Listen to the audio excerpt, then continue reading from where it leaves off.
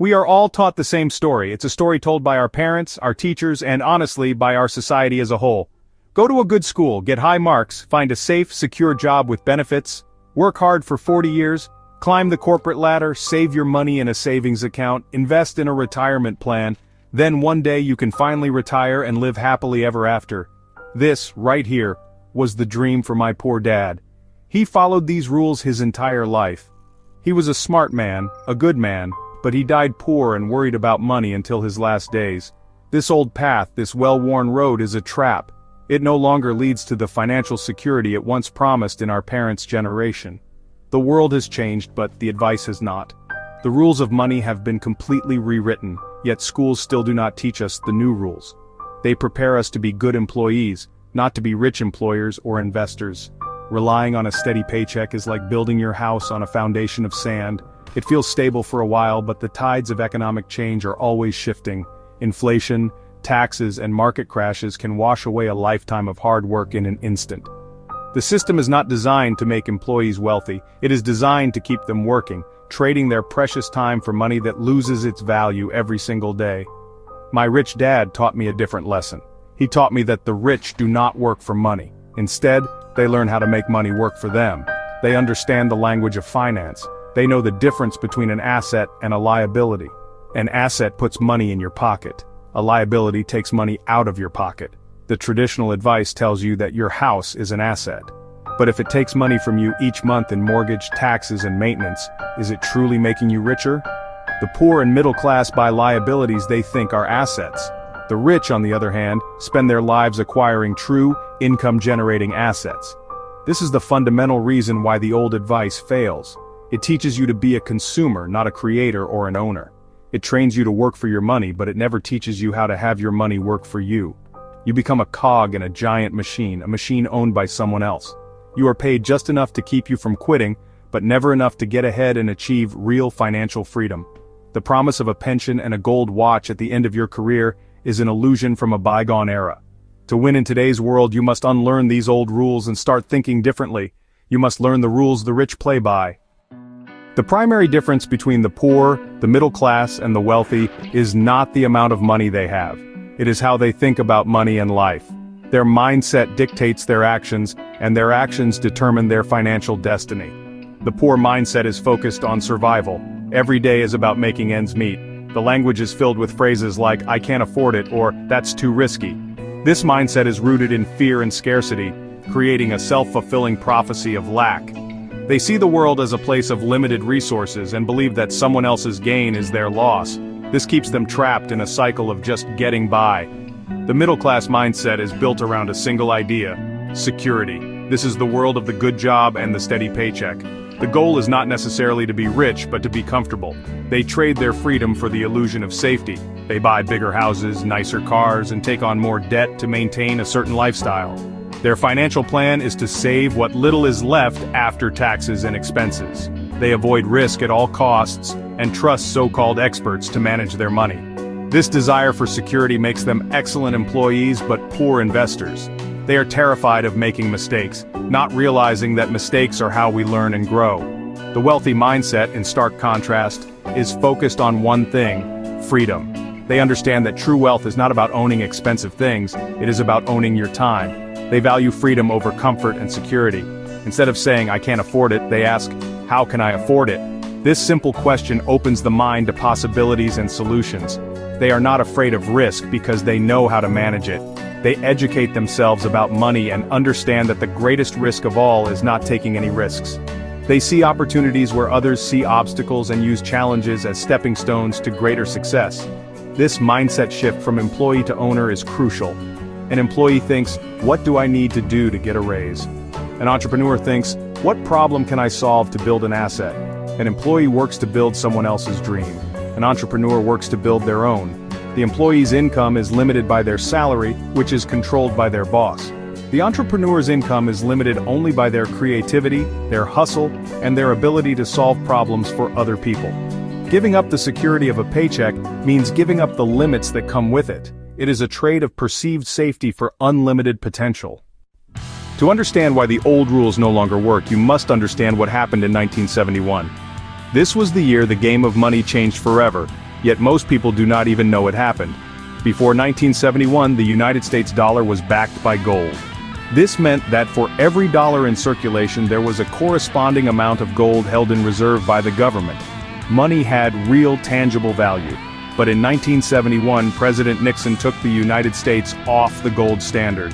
From that day forward, the United States dollar became fiat currency. Fiat means by decree or by order. Its value is based on nothing but faith and credit in the government that issues it. This single act gave the government the power to print an unlimited amount of money. Think about what that means. When you work hard and save your dollars, the government can simply print more dollars out of thin air. What does this do to the value of your savings? It destroys it. This is called inflation. It is a hidden tax that silently steals the purchasing power of your hard-earned money. Savers become losers in this new system. While you are carefully putting money into your savings account, earning a tiny amount of interest, the government is printing trillions, making your saved dollars worth less and less each year. This new system creates a massive advantage for those who understand how it works. The rich know that cash is trash. They do not save money, they invest it. They move their cash as quickly as possible into real assets that hold their value against inflation, like real estate, businesses, and commodities. While the poor and middle class are taught to save money and avoid debt, the rich do the exact opposite. They understand that in a fiat currency system, debt is money. They use debt strategically to acquire assets. The bank gives them money, they buy an income-producing asset, and their tenants or customers pay off the debt for them. It is financial genius. Furthermore, the tax laws are not written for employees, they are written by the rich, for the rich. An employee earns money, gets taxed heavily on that income, and then tries to live on what is left. An entrepreneur or investor, however, earns money through their business, spends money on everything they can to grow that business, and then gets taxed on what little is left over. They use the tax code to their advantage, legally paying far less in taxes than the average employee. The system is rigged. It punishes savers and employees while rewarding debtors and entrepreneurs. This is why financial education is more important today than ever before. Leaving the perceived safety of a job is honestly one of the most frightening decisions a person can make. Fear is such a powerful emotion. The fear of failure, the fear of not having enough money, the fear of what others will think. It paralyzes most people. They remain stuck in jobs they hate, living lives of quiet desperation, all because they are afraid to step into the unknown. But on the other side of that fear lies true freedom. The journey of an entrepreneur is not an easy one.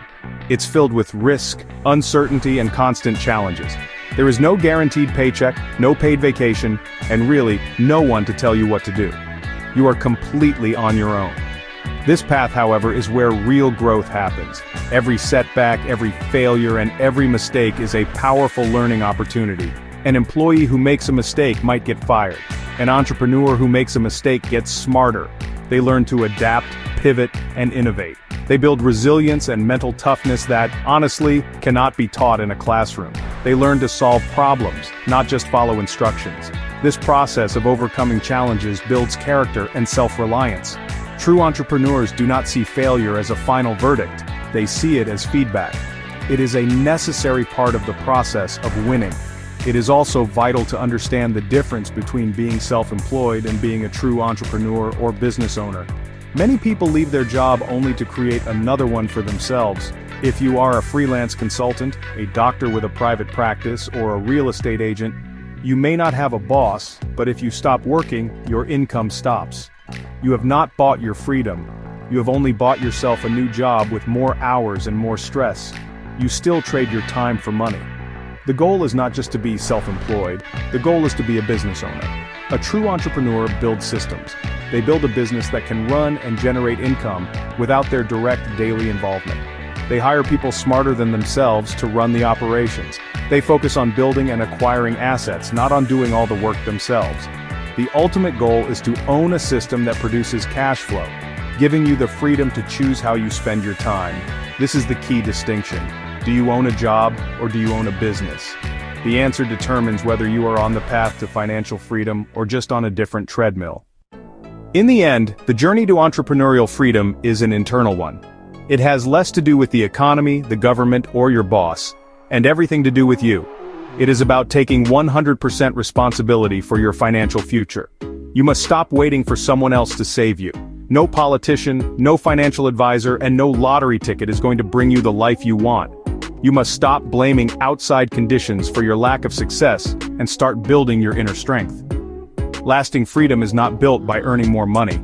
It is built by becoming a different person. A person who is financially literate, mentally tough, and emotionally resilient. The most powerful asset you will ever have is your mind. It is the one thing you have complete control over. You can choose to fill it with fear and doubt, or you can choose to fill it with courage and education. Read books, attend seminars, find mentors who have already achieved what you want to achieve. The investment you make in your financial education will pay you back for the rest of your life.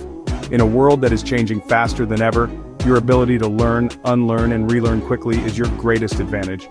Your mind can either be your biggest liability or your greatest asset. The choice is yours. True entrepreneurship is the ultimate expression of this internal control.